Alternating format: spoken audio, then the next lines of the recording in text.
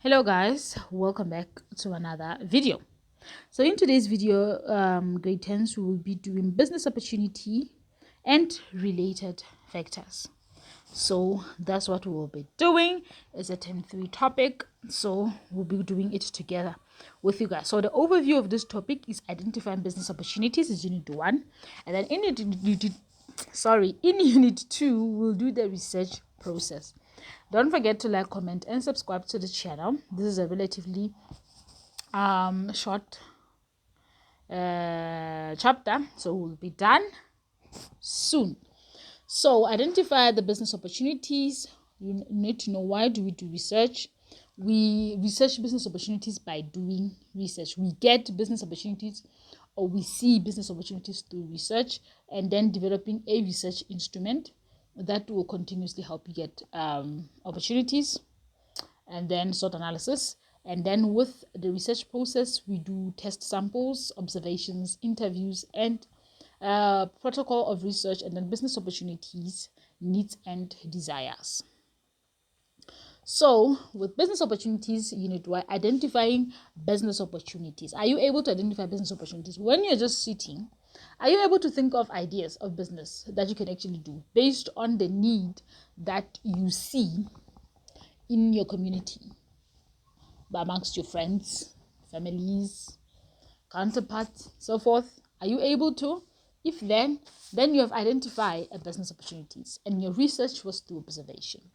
So why do research? The business must know what information they want to collect before they decide on a research instrument or method. What information do you want? How many people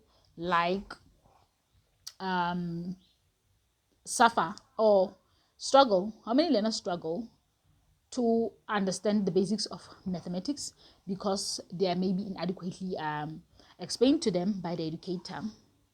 Okay, because I want to create a membership that will cater to that need. Well, there's a mathematics membership live on Zane Tutors, grade 8 up to 12, where we take mathematics, pure maths, simple and easy, to make sure that you crack the basics, so that you'll be able to do hard topics. If you're asking, oh, I don't understand functions, I don't understand analytical geometry, I don't understand trigonometry, can you please make it slow and explain it from the core? Well, I'm at your service, and that's exactly what will happen. And you will get weekly videos, 2 videos weekly for 229. Already there are videos that have went live on the membership. You can check, just look at the join button, and voila, your problems of getting level 1, 2 or 3 have been solved, and now you can enter into 4, 5, 6 and 7. Math is fun, and that's exactly how it should be. Okay, it should never be a struggle. It should not make you feel inadequate. But Zen Tutors has got you. Give us a try for 1 month, and you will see if this works for you or not. But trust me, it has to.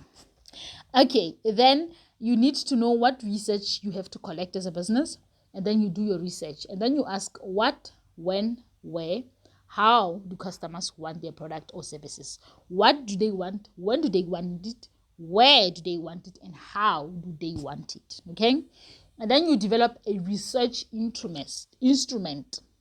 So typical information an entrepreneur will have to collect as a research instrument is the potential market of a new product or service, the client satisfaction level with products or services that are being offered currently.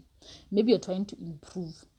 And then the possible geographical position of a potential new business, and then the demography of a community, and then the average level of income in a particular community. So those are the research instruments. This is how much you are. This is what you're going to ask. This is what you need to collect. Okay, and then entrepreneurs need to collect primary, secondary data about prospective customers. What do we mean when we say primary data and secondary data? So primary data is the information an entrepreneur has to collect. An entrepreneur can also point other people to collect the data. The following are examples of primary data: the potential market of a new product or service, client satisfaction level with product or services that are being offered currently, the possible geographical position of a potential new business. That is primary data.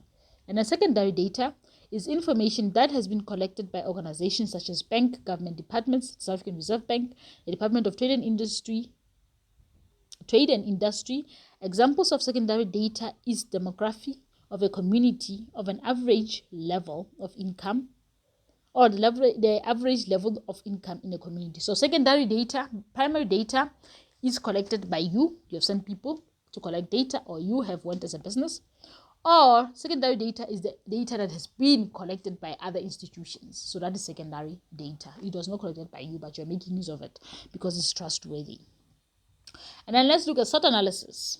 It's an acronym for strength, weaknesses, opportunities, and threats. So the S stands for strength, the W stands for weakness, the O stands for opportunities, and T stands for threats. Strengths and weaknesses are found within a business internal environment, remember term 1, and then opportunities and threats are in the external environment. Think of all the strengths and weaknesses of a new business idea, as well as the opportunities and threats posed by competitors and the market.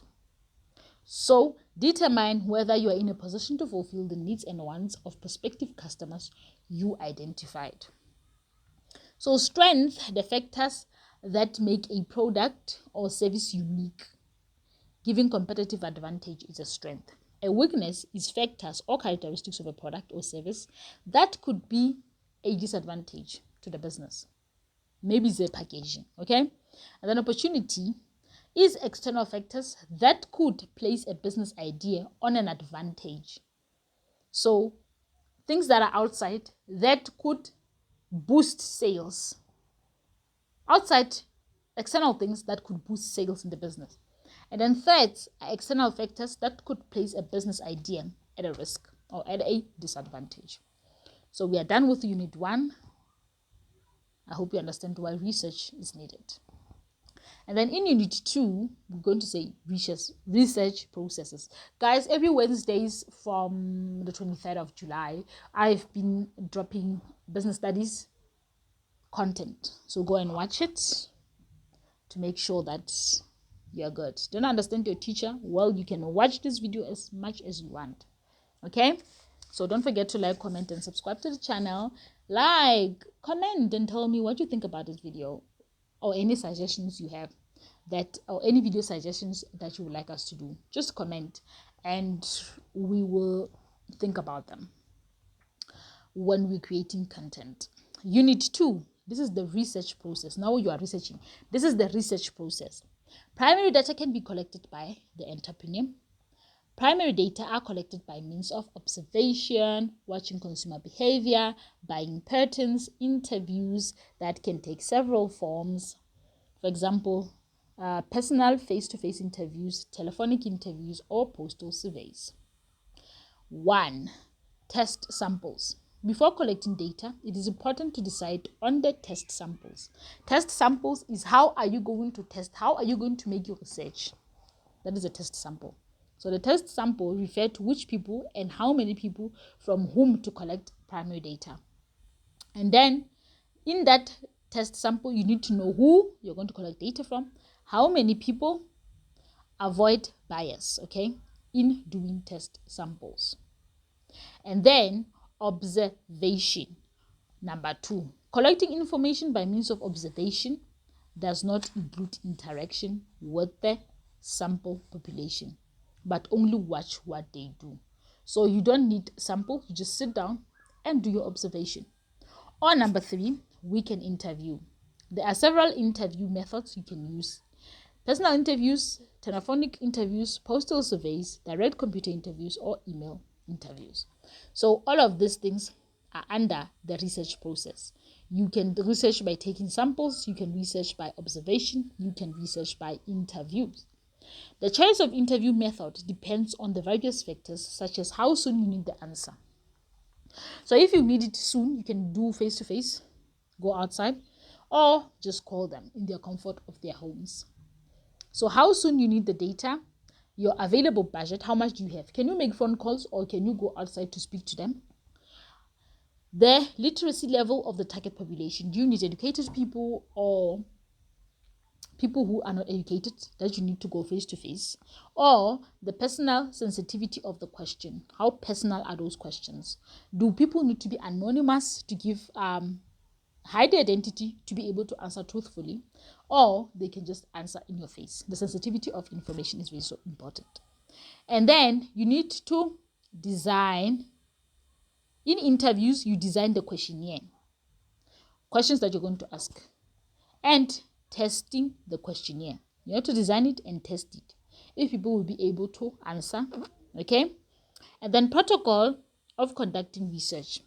Now this is the rules to follow, protocol before conducting a research. Okay. The research protocol is the set of rules you should keep in mind when doing research. So the appropriate way of approaching businesses or individual people need to be used when doing interview. This depends on the type of information you need. Consent. Everyone needs to give their consent. Can I interview you? And then they have to say, yes, no problem. And then that's when you can interview them. Consent is approval. Okay? So you need it. And remember the following. Always start off by introducing yourself when you're trying to conduct an interview or ask for consent. State the purpose of the interview. Make sure the interviewee, the person who's been interviewed, knows that his or her name will not be mentioned. If people do not want to answer questions, politely thank them and move on. Don't force people, okay? Don't be those people who force people to answer their questions. We know them. If you are liking this video so far, please like the video.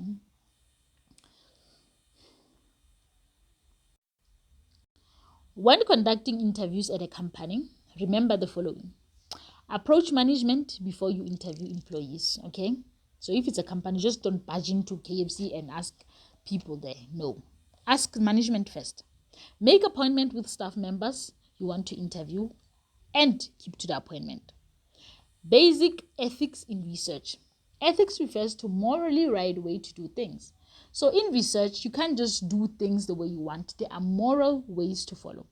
It is unacceptable to spy on people who do not know that you are collecting information from. So you have to tell people that I'm just trying to observe what you guys are doing. Don't mind me, it's part of my research. Sometimes people display the information that you need for all to see. And if so, you are permitted to use it. Okay, like wearing branded clothing. So to show that, okay, that the person who's collecting information is from a certain company. So business opportunities, needs and desires. So before an entrepreneur can establish a new business, he or she needs to identify a gap in the market, that there is this gap that is not being serviced, and how am I going to close that gap? By my new business venture. And they decide which product or services can they provide. And then they identify the target market, then they identify the competition and identify the supplier. Okay, so that is what the business owner needs to consider.